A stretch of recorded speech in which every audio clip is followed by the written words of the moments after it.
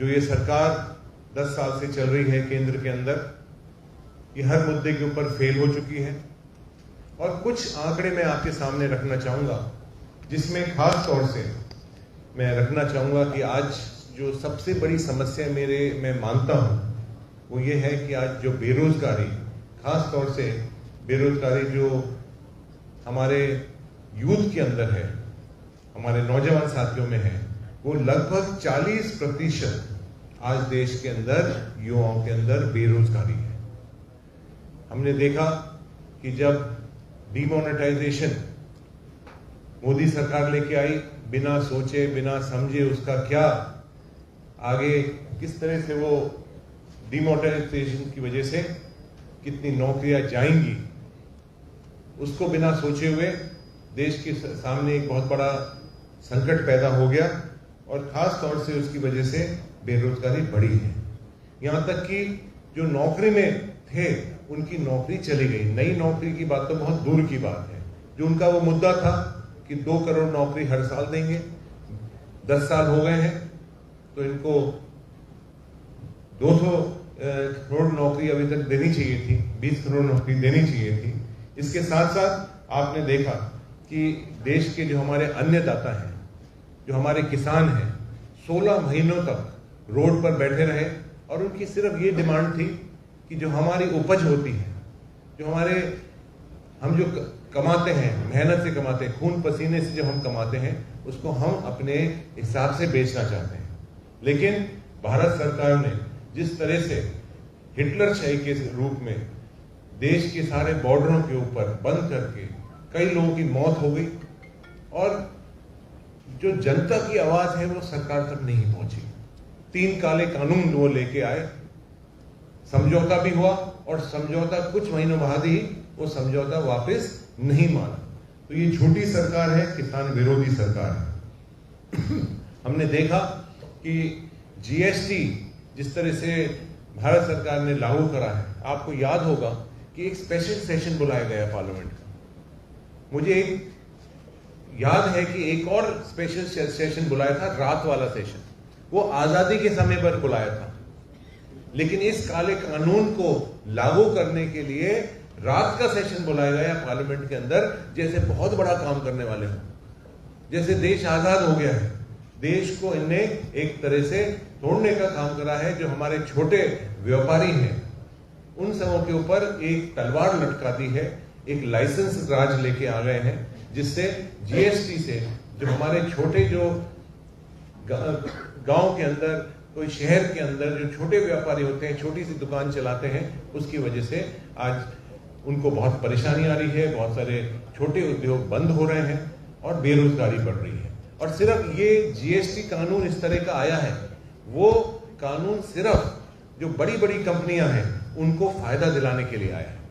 इसके साथ साथ मैं एक और आंकड़ा आपके सामने रखना चाहूंगा, जिससे आप सुनकर बहुत ही आपको लगेगा कि जो ये बात कर रहे थे कि हम महिला सुरक्षा की बात करते हैं, बड़े बड़े भाषण माननीय मोदी जी ने दिए हैं, सरकार ने दिए हैं, और आज मैं बहुत दुख के साथ ये आंकड़ा आपके सामने रख रहा हूं कि लगभग जो क्राइम अगेंस्ट वुमेन है, जो महिलाओं के साथ जो क्राइम होता है, वो 31% बढ़ा है 2014 से। दो हैं कि हमने लॉ एंड ऑर्डर सिचुएशन ठीक कर दी है और उसके बड़े बड़े भाषण दे रहे थे, वो बिल्कुल फेल हो चुके हैं। 31% बढ़ा है, कम नहीं हुआ है, बढ़ा है। और ये जो आंकड़े हैं, ये मेरे कोई बनाए हुए आंकड़े नहीं है, ये एनसीआरबी के आंकड़े हैं। आप उसको वापस वेरीफाई भी कर सकते हैं। खास तौर से जो हमारे एससी और एसटी के साथी हैं, जो गरीब लोग हैं, उनके लिए जो भी वैकेंसीज थी हर डिपार्टमेंट के अंदर, हर विभाग के अंदर जो वैकेंसीज हैं, वो कभी वो पूर्ति कर ही नहीं पाया आज तक, वो अभी तक वैकेंट ही पड़ी हैं। तो ये सरकार जो हमारे गरीब हैं, जो हमारे ट्राइबल लोग हैं, जो हमारे शेड्यूल्ड कास्ट के साथी हैं, उनको वैकेंसी जो उनके लिए आरक्षित थी वो भी उनको नहीं मिल पाई है। इसके साथ साथ साथियों, आपने देखा है कि जिस तरह से देश के अंदर जो हमारा संविधान द्वारा जो स्थापित इंस्टीट्यूशंस थे उन सबों को तोड़ने का काम करा है।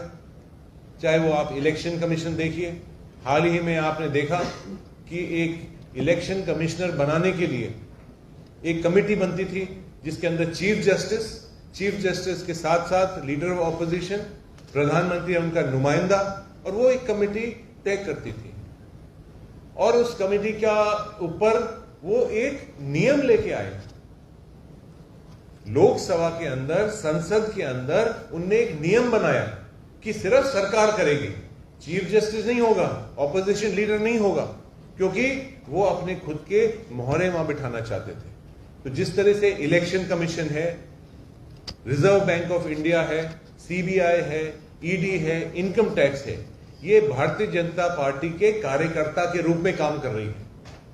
आपने देखा है कि जिस तरह से ईडी और इनकम टैक्स, सीबीआई का दुरुपयोग हो रहा है, लगभग 95% जो भी केसेस होते हैं वो सिर्फ ऑपोजिशन लीडर के ऊपर होते हैं।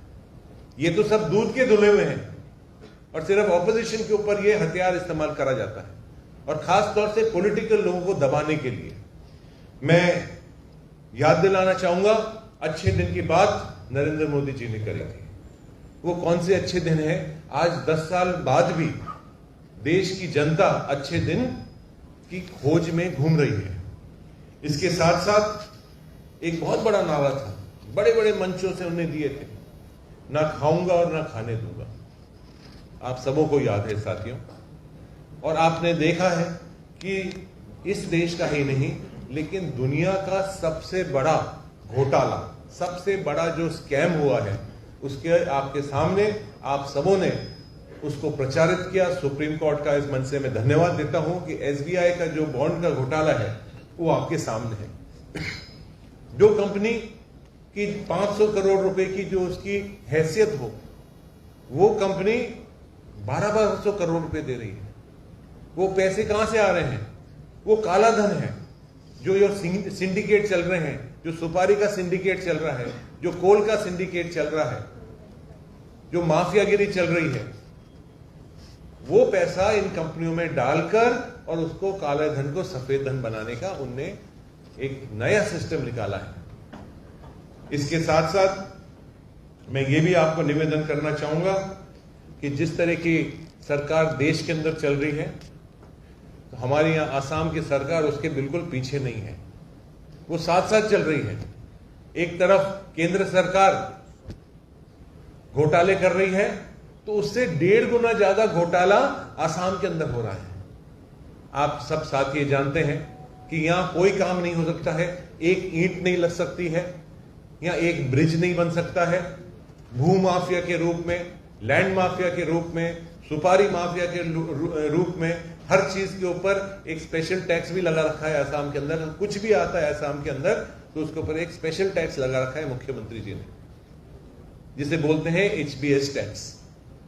तो जो घोटाले देश में हो रहे हैं, उसी तरह के घोटाले आसाम प्रदेश के अंदर हो रहे हैं। और साथियों, आपके दर्शक जो सुन रहे हैं वो सब उसको अपने दिल में महसूस करते हैं। मैं साथ साथ ये निवेदन आपसे करना चाहूंगा कि कांग्रेस पार्टी ने हाल ही में न्याय पत्र जारी किया है, और ये जो न्याय पत्र है, ये न्याय पत्र कांग्रेस पार्टी ने खुद ने नहीं बनाया है, ये देश की जनता ने बनाया है। राहुल गांधी जी ने कन्याकुमारी से लेकर और कश्मीर तक और मणिपुर से लेकर मुंबई तक यात्रा करी, और उस यात्रा में हर वर्ग के लोग राहुल गांधी जी से मिले, चाहे वो बुजुर्ग हो, चाहे वो नौजवान हो, चाहे एनजीओ के लोग हो, महिलाओं हो, बच्चे हो, स्टूडेंट्स हो, हमारे ट्राइबल लोग हैं, SC के लोग हैं, सब लोग मिले। और जो जो उन्हें सुझाव दिए, वो सुझाव के साथ ही कांग्रेस न्याय पत्र लेके आपके सामने आई है। मैं आपको साथियों बताना चाहूंगा कि न्याय पत्र के अंदर और जो ये मोदी की गारंटी, जो नई मोदी की गारंटी चल रही है, जिसके बड़े बड़े अखबारों के अंदर एडवर्टाइजमेंट आती है, और उसके बाद मैं साथ साथ ये भी आपको निवेदन करना चाहूंगा कि आज जो न्याय पत्र है इसका जो आसाम का भाषा के अंदर आज इसके सामने हम आज आपके बीच में आसाम का जो न्याय पत्र है उसको भी हम आज लॉन्च करने वाले हैं। तो हमारे लिए, आसाम की जनता के लिए उसमें बहुत खुशी की बात है। और मैं निवेदन करना चाहूंगा प्रदेश कांग्रेस कमेटी के हमारे माननीय अध्यक्ष जी को कि आज आप अध्यक्ष होते हुए आज इसको लॉन्च करेंगे। दबा दीजिए, इसको दबा नहीं डबल इसको डबल टैप कर दीजिए, दो बार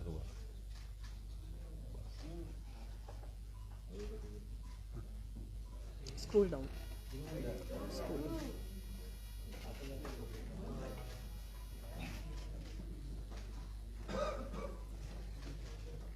आपके सामने मैं निवेदन कर रहा था कि जो हमारा न्याय पत्र है और जो मोदी की गारंटी जो आजकल नई चल रही है उसमें एक बहुत बड़ा फर्क है।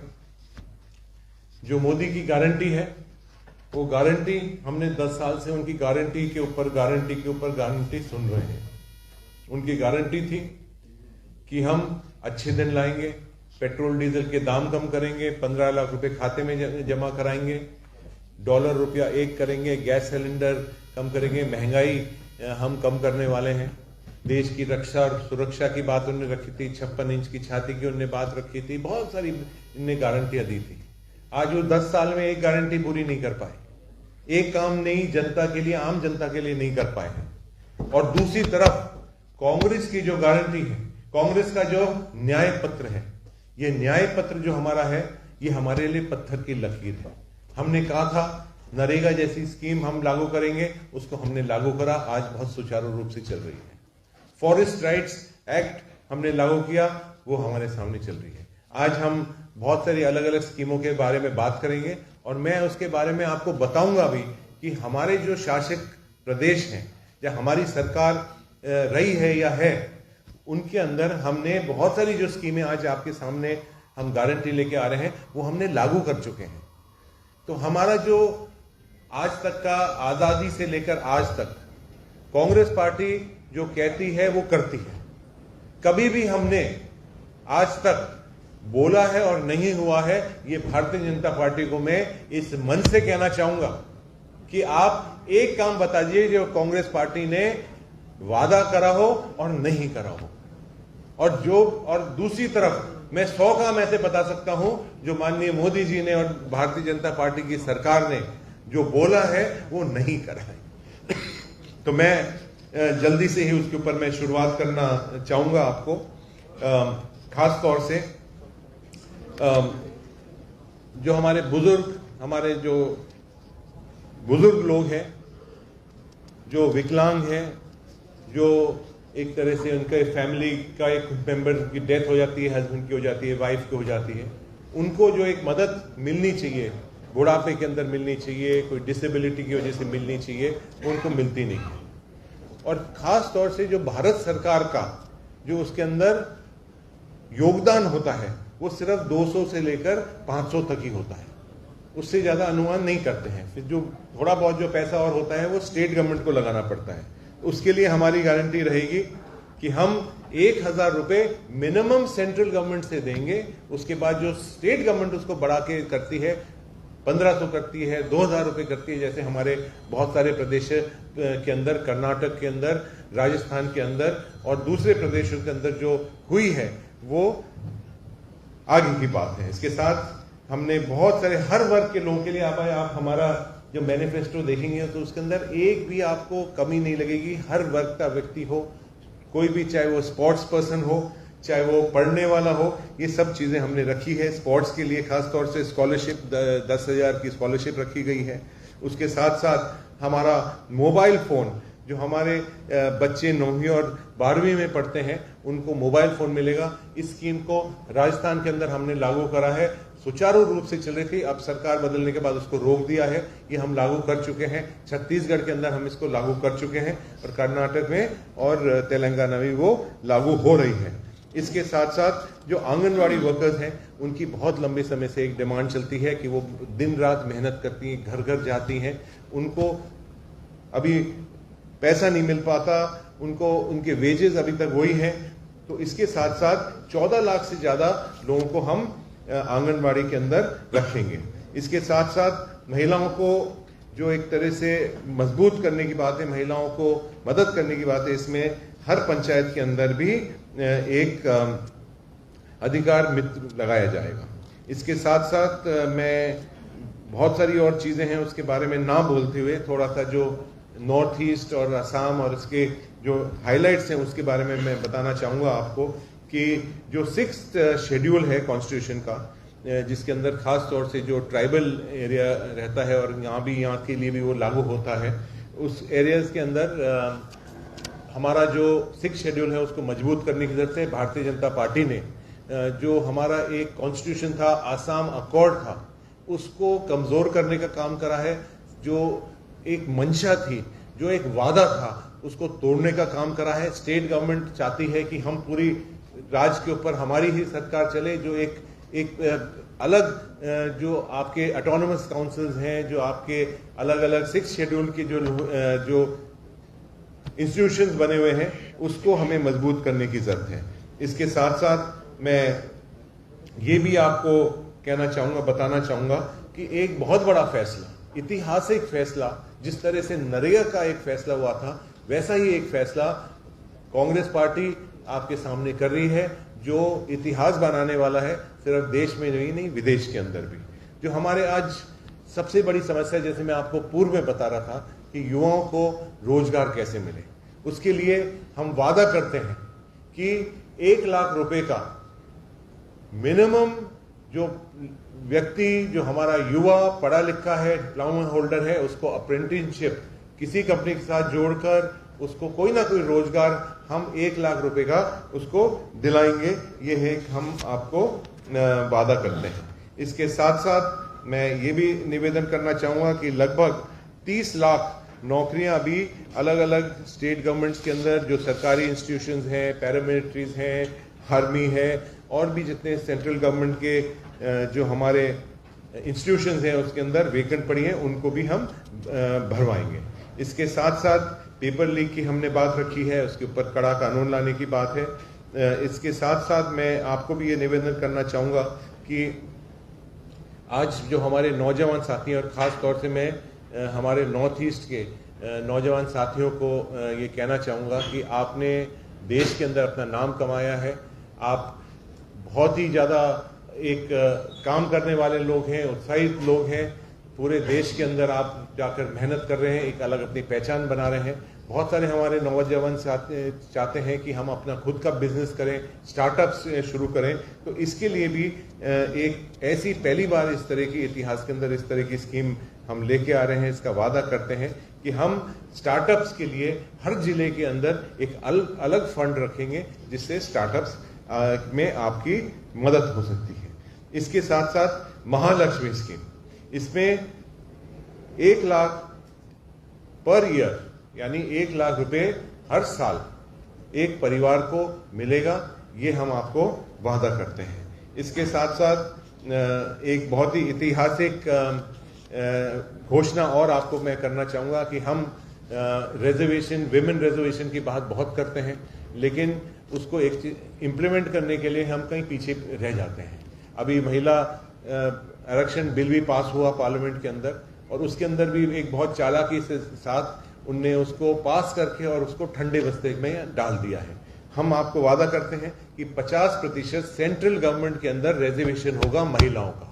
ये एक बहुत बड़ा ऐतिहासिक फैसला लिया जा रहा है। ये भी मैं आपको निवेदन करना चाहूँगा कि एमएसपी का आपने देखा है पूरे देश के अंदर एक बहुत बड़ा आंदोलन खड़ा हुआ है। हमने छत्तीसगढ़ के अंदर, राजस्थान के अंदर और दूसरे हमारी प्रदेशों सरकार के अंदर, कर्नाटक के अंदर एमएसपी लागू कर दिया है, और उसी तरह से एमएसपी का भी हम आपको निवेदन हम करते हैं। कर्जा माफी की बात मैं आपके सामने रखना चाहूँगा। आपने देखा है कि डॉक्टर मनमोहन सिंह जी की सरकार, यूपीए 1 सरकार के अंदर 2008 के अंदर हमने वादा करा था और हर किसान का लोन माफ हो गया था। ये भी मैं आपको निवेदन करना चाहूँगा। इसके साथ साथ बीमे की भी हमारी एक योजना है, जिसमें जो हमारे किसान हैं जिसके बारिश से या किसी और आपदा से जो फसल नष्ट हो जाती है उसको भी हम उनका बीमा करेंगे, और जिस तरह से राजस्थान के अंदर हुआ है उस तरह से ये भी बीमा होगा।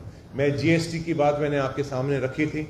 जीएसटी के अंदर आप देखिए कि जो हमारा एग्रीकल्चर सेक्टर है उसके ऊपर भी जीएसटी लगा रखी है, यहाँ की ट्रैक्टर के ऊपर भी लगा रखी है, टायर के ऊपर भी लगा रखी है, तो वो जीएसटी मुक्त हो जाएगा, जीरो जीएसटी एग्रीकल्चर के ऊपर रखा जाएगा। ये भी हम कांग्रेस पार्टी वादा करते हैं। जहां तक जीएसटी की बात है, जीएसटी का अलग अलग स्लैब बना हुआ है। दुनिया के अंदर ऐसा कहीं नहीं है कि जीएसटी कहीं 8% भी हो, कहीं 24% भी हो, कहीं 18% भी हो। तो जीएसटी के जो स्लैब है उसको स्लैब को भी हम खत्म कर एक स्लैब बनाना चाहते हैं, और अलग अलग जो एक तरह से जो गरीब लोग जो चीजें इस्तेमाल करते हैं उसके अंदर जीएसटी बहुत कम रहेगी या जीएसटी हटाई जाएगी, इसका भी हम आपको वादा करते हैं। मनरेगा की बात आपके सामने मैंने पहले भी रखी थी। अब 400 रुपये पर डे मनरेगा के वर्कर्स को मिलेगा। एक बहुत ही अच्छी स्कीम जो राजस्थान ने चलाई हुई थी वो है शहरी नरेगा, महात्मा गांधी नरेगा, जो शहरों के अंदर भी लागू होगा, क्योंकि जो गरीब लोग हैं, बेरोजगार लोग हैं, शहर के अंदर भी रहते हैं, सिर्फ रूरल इलाके से शहर के अंदर भी करने का हम आपको वादा करते हैं। इसके साथ साथ एक और बहुत ऐसी बड़ी स्कीम जिसकी सराहना पूरे देश के अंदर हुई है, वो राजस्थान के, मैं तो उसका नाम रखा था चिरंजीवी योजना। मैं उसी प्रदेश के रहने वाला हूं और मुझे बहुत खुशी से मैं आपके सामने कह रहा हूं कि चिरंजीवी योजना, आपके कोई मित्र हो, आपके कोई जानकार हो, उनसे आप फोन करके पूछना कि चिरंजीवी योजना के अंदर अध्यक्ष जी, कोई भी व्यक्ति किसी भी अस्पताल के अंदर, सरकारी अस्पताल में नहीं, कोई मैक्स हो सकता है, कोई फोर्टिस अस्पताल हो सकता है, कोई गवर्नमेंट का बड़ा अस्पताल हो सकता है, चाहे किडनी रिप्लेस करवा ले, चाहे हार्ट का ऑपरेशन करा ले, चाहे स्टेंट डलवा ले, चाहे आपका नी रिप्लेसमेंट करवा ले, कोई भी वो इलाज 20 लाख तक का फ्री में करा सकता है। ना उसके अंदर दवाई का खर्चा है, ना उसमें बेड का खर्चा है, और ये लागू सिर्फ सरकारी अस्पताल तक नहीं है। आप किसी भी बड़े से बड़े अस्पताल आप जाइए और उसके अंदर मुफ्त के अंदर इलाज होगा, मुफ्त में दवाई मिलेगी, आप कोई आपका जीरो खर्चा उसके अंदर होने वाला है। ये स्कीम राजस्थान ने शुरुआत करी है और देश के विभिन्न राज्य सरकार के हेल्थ सेक्रेटरीज और मिनिस्टर्स आके राजस्थान का ये सफल मॉडल उनने देखा था, उसी से निकालकर उस स्कीम को राजस्थान से निकालकर और नेशनल हमारा स्कीम के अंदर लेके आ रहे हैं। इसके साथ साथ मैं ये भी निवेदन करना चाहूंगा कि जो कॉन्ट्रैक्चुअल जॉब, आजकल क्या हो गया कि बहुत अच्छा रास्ता ढूंढ लिया इनने कि पक्का नौकरी देनी नहीं है, कॉन्ट्रैक्ट पर रख लीजिए। हर व्यक्ति आज कॉन्ट्रैक्ट के रूप में चले गया है। सरकारी इतने सारे इंस्टीट्यूशंस हमारे यहाँ असम के अंदर बने हुए हैं, ओएनजीसी भी है, बड़ी बड़ी सेंट्रल गवर्नमेंट की भी स्कीमें हैं, लेकिन हर चीज कॉन्ट्रैक्ट पर चलती है, हर चीज उनने आउटसोर्स कर रखी है। तो ये कॉन्ट्रैक्चुअल काम ऐसा होता है कि आज नौकरी मिलती है, कल उसको घर बिठा सकते हैं, उसकी कोई जॉब सिक्योरिटी नहीं रहती है। तो उसके लिए हम वादा करते हैं कि ये कॉन्ट्रैक्चुअल जो राज चला हुआ है, इस राज को हम खत्म करेंगे। जिस तरह से भारतीय जनता पार्टी ने हर चीज का पार्टी के अंदर भी कॉन्ट्रैक्ट दे रखे हैं, उस कॉन्ट्रैक्ट को भी हम खत्म करेंगे। इसके साथ साथ एक ऐतिहासिक फैसला और वादा हम करते हैं कि जहां हमारी सरकारें थी वहां हमने जो जनगणना है उसको हमने शुरू कर दिया था। आज सेंट्रल गवर्नमेंट को हमारी सरकार बनने के बाद जो जनगणना है, कितने लोग किस कम्युनिटी के कहाँ रहते हैं, उसकी हम जांच करना चाहते हैं, पहचान करना चाहते हैं। उस तरह से उनका जो सोशल जो आउटले होता है, जो पैसा आपके पास आना चाहिए, वो चंद लोगों के पास ही पहुंच जाता है, क्योंकि आपकी गिनती नहीं है। आज बहुत सारा इलाका हमारे आसाम के अंदर भी मैं देखूं तो आज हम ये नहीं कह सकते हैं कि फला इलाके के अंदर इतने ट्राइब्स हैं, इतनी सब ट्राइब्स हैं, उनकी क्या गिनती है। अनुमान हम लगा सकते हैं, लेकिन किसी के पास एग्जैक्ट गिनती नहीं है, तो वो पैसा जिसको वहां जाना चाहिए था वो जा नहीं पाता है। तो जनगणना सभी कास्ट और कम्युनिटी की हो जाएगी। और इससे खास तौर से असम के हमारे जो 6 कम्युनिटीज़ का जो एक बहुत बड़ा मुद्दा है उनको भी उसका फ़ायदा होगा। आपको मैं ये भी निवेदन करना चाहूँगा कि पूर्व में कांग्रेस के मैनिफेस्टो के अंदर जो हमने स्टेट से लागू करा था उसके अंदर हमने 6 कम्युनिटीज़ का की गारंटी भी दे रखी है, फैसला भी ले रखा है और उसको भी हम इम्प्लीमेंट करेंगे। इसके साथ साथ मैं ये भी निवेदन आपको करना चाहूँगा कि हमारा एक फॉरेस्ट राइट्स का एक बहुत ही ज़्यादा एक इम्पॉर्टेंट मुद्दा है जो 2006 के अंदर लागू हुआ था, लेकिन जो हर स्टेट गवर्नमेंट है उसको लागू नहीं कर रही है। और कहीं ना कहीं जो हक जिस सोच के साथ जो बिल पास हुआ था डॉक्टर मनमोहन सिंह जी ने माननीय सोनिया गांधी जी की पहल के ऊपर जो हुआ था उसके ऊपर स्टेट गवर्नमेंट्स उसको लागू नहीं कर रही हैं। तो हमारा ये स्टेट गवर्नमेंट्स के लिए और ख़ास तौर से उसके जो नियम बने हुए हैं उनको और मजबूत बनाया जाएगा कि जो राज्य सरकारें हैं जो हमारे फॉरेस्ट के लोगों की जो ज़मीन को चोरना चाहते हैं, बड़ी बड़ी कंपनियों को देना चाहते हैं, उनको उसके ऊपर रोकथाम मिलेगी और जो रहने वाला लोग हैं उसको उसका हक मिलेगा। इसके साथ साथ मैं 1-2 बातें आखिरी में मैं रखना चाहूँगा कि ख़ास तौर से जो हमारा एक बहुत ही बड़ा मुद्दा है आसाम के अंदर वो है CAA का। और का के ऊपर कांग्रेस पार्टी का एक बिल्कुल साफ सुथरा एक स्टैंड था कि का नहीं होना चाहिए। का जिस तरह से ये बना रहे हैं, इम्प्लीमेंट कर रहे हैं, वो हमारे आसाम को और आसाम के साथ साथ देश को तोड़ने का काम कर रहे हैं। ये बिल्कुल इलीगल है, अनकॉन्स्टिट्यूशनल है।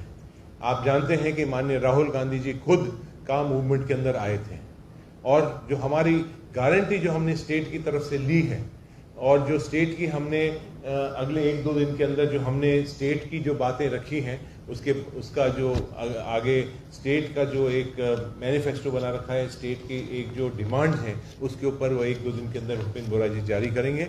लेकिन जहाँ तक कांग्रेस पार्टी का और सेंट्रल गवर्नमेंट का जो हमारी सरकार बनेगी तो ये हमारा बिल्कुल क्लियर स्टैंड है का के ऊपर कि का हम लागू जिस तरह से बनाए हैं उसको नहीं लागू होने देंगे। इसके साथ साथ मैं ये भी आपको निवेदन करना चाहूँगा कि नॉर्थ ईस्ट के लिए खास तौर से चाय बागान के लिए एक बहुत ही बड़ा मुद्दा है कि आज जो चाय बागान जो हमारे जिस तरह से भारतीय जनता पार्टी चाय बागानों को बेचने का काम कर रही है, आज 30% चाय बागानों के अंदर अदर एक्टिविटीज का इनने आदेश दे दिया है। वो धीरे धीरे 30 से 40 होगा, 40 से 50 होगा। आज चाय बागानों के ऊपर वैसे ही बहुत बड़ा संकट पड़ा हुआ है, कीमतें उसकी नीचे गई हुई हैं, जो वेजेस हैं वो बहुत कम मिल रही हैं। भारतीय जनता पार्टी ने अपने विजन डॉक्यूमेंट में बहुत बड़ी इनने जो मेहनताना है, जो वेजेस हैं उसको बढ़ाने की बात करी थी। आज वो वेज 250 और 350 के आसपास ही हैं, तो उनका वादा वो पूरा नहीं हो पाया। हम इसके ऊपर हमारा स्टैंड ये है कि हम उनका जो मेहनताना है, जो उनके वेजेस हैं वो हम बढ़ाएंगे। उसके साथ साथ उनका जो इंफ्रास्ट्रक्चर है उसको मजबूत करेंगे। उसके साथ जो हमारे इस तरह की हम स्कीम चलाने का हमारा मन है कि बहुत सारी जो चाय बागान है, ये बड़ी बड़ी कंपनियां जो बड़े बड़े लॉस मेकिंग हैं, ये सरकार ही खुद कर रही है। सरकार के जो मंत्री हैं, यहाँ के जो मुख्यमंत्री हैं, यहाँ के जो बड़े बड़े नेता हैं, वही आजकल चाय के जितने बागान हैं उसके ओनर बने हुए हैं। हमारा मन ये रहेगा कि जो चाय बागान के जो हमारे साथी हैं, जो टी वर्कर्स हैं, वो ओनर क्यों नहीं बन सकते चाय बागानों का। तो हमारी एक सोच ये रहेगी कि हम इस तरह के नियम बनाएंगे कि हमारे जो चाय बागान जो मेहनत करते हैं, जो 50 सालों से जिनने आसाम का नाम पूरे देश के अंदर ऊंचा करा है चाय की वजह से, वो क्यों नहीं ओनर बन सकते हैं। क्यों ही सिर्फ नेता और बड़े बड़े मंत्री इसके चाय बागान खरीद रहे हैं। इसके साथ साथ एक बहुत बड़ी स्कीम मैं आपके सामने और बताना चाहूँगा कि मैं भी केंद्र सरकार के अंदर मंत्री था और जितनी भी बहुत सारी स्कीमें हम यहाँ भेजते थे, चाहे वो यूथ के डिपार्टमेंट के हों, चाहे हमारे गृह विभाग की जो स्कीमें हैं उसके अंदर पहले स्पेशल स्टेटस नॉर्थ ईस्ट को दिया जाता था। आज वो स्पेशल स्टेटस नॉर्थ ईस्ट का हट चुका है और जिस तरह से दूसरे प्रदेशों के अंदर जो सेंटर का शेयर होता है वो और स्टेट का जो शेयर रहता है वो एक इक्वल शेयर रहता है। पहले 90-10 का रेशियो होता था। तो हम इस बात का भी हम गारंटी देते हैं कि जो स्पेशल स्टेटस है हमारे नॉर्थ ईस्ट के लिए और इंफ्रास्ट्रक्चर डेवलपमेंट के लिए उसके अंदर केंद्र सरकार का ज़्यादा बड़ा हिस्सा होगा और स्टेट गवर्नमेंट का उसके अंदर कम रहेगा। इसलिए ज़्यादा निवेश जो इंफ्रास्ट्रक्चर के लिए है वो आ पाएगा। यही मैं आपके सामने निवेदन करने के लिए हाजिर हूँ। वैसे कहने के लिए तो बहुत सारी चीज़ें हैं। आपसे सबों से मैं निवेदन करना चाहूँगा कि हमारा जो न्याय पत्र है, जो जनता का न्याय पत्र है, हमारा अकेला का नहीं है लेकिन जनता का जो न्याय पत्र है, इसको आप ज़रूर आपके द्वारा मैं आपसे निवेदन करना चाहूँगा कि ये ज़्यादा से ज़्यादा लोग के पास पहुँचे और इस न्याय पत्र का जो हमारा एक वादा है उसको हम पूरा कर पाएंगे। हमारा ये वादा है और आपको ज़्यादा से ज़्यादा जनता तक इसको लेके जाएंगे। धन्यवाद। बारे में आप लोग बात बोला है लेकिन आप लोग का इस्तेमाल पत्र क्यों नहीं है? सारा देश का मुद्दा था, असम में क्यों, वेस्ट बंगाल में ये बड़ा मुद्दा है? देखिए क्या है कि सीएए का जो मामला है उसके ऊपर कांग्रेस पार्टी का बिल्कुल क्लियर स्टैंड था। आपने देखा कि जो पूर्व में हमारा इलेक्शन हुआ था 2021 में हुआ था, तो हमारा तो जो अपना गमछा है उसके ऊपर भी हमने सीए लेके क्रॉस लगा दिया था। जो हमारा थीम सॉन्ग था उसके अंदर एंटी सीए था। तो सीए एक तरह से स्टेट रिलेटेड भी रहता है। आसाम स्टेट के अंदर भी है, बंगाल स्टेट के अंदर भी है, हो सकता है एक दो छोटे और स्टेट के अंदर भी हो सकता है। तो ये सीए का मामला तमिलनाडु में नहीं हो सकता है या अपने दूसरे प्रदेश कर्नाटक में नहीं हो सकता है, राजस्थान में नहीं हो सकता है। तो ये इसके ऊपर कांग्रेस पार्टी का क्लियर स्टैंड है, हमारी घोषणा पत्र के अंदर लिखा हुआ है। इसलिए मैं आपको विश्वास दिलाना चाहता हूं कि क्लियर स्टैंड माननीय राहुल गांधी जी ने लिया है, कांग्रेस पार्टी ने लिया है और हमने हमारे मैनिफेस्टो के अंदर ये साफ तौर से अंकित कर रखा है स्टेट के अंदर। मोदी जी ने कहा है कि आपका जो स्टैंड है manifesto, there is reflection of the thought of Muslim League's during the independence movement of India, और कहा है कि ये फिर से अपने माइनॉरिटी एपिसमेंट किया है। और सर आसाम में बोला है कि भारत की जनता को कंफ्यूज होगा कि ये मैनिफेस्टो पाकिस्तान का है या इंडिया का है। देखिए मैं इसके ऊपर ये कहना चाहूँगा कि ये जो स्टेटमेंट माननीय मोदी जी ने दिया है ये इनकी सोच को दर्शाता है। इनकी सोच सिर्फ जाति के ऊपर, धर्म के ऊपर ही सीमित हो चुकी है। इसके अलावा ये कोई बात नहीं करते। आसाम की जनता के लिए, देश की जनता के लिए उन्होंने क्या करा है, कितने जॉब्स दिए हैं, वो नहीं बताएंगे। वो ये नहीं बताएंगे कि इस देश का जिस तरह से विकास होना चाहिए था, जो उनके वादे उन्होंने करे थे, अच्छे दिन की बात करी थी, वो उसके बारे में नहीं बताएंगे। उनकी सोच इतनी छोटी हो चुकी है कि वो इसी के अंदर लोगों को भ्रमित करना चाहते हैं, एक दूसरे से लड़ाना चाहते हैं। यही मैं आपके सामने रखना चाहूंगा।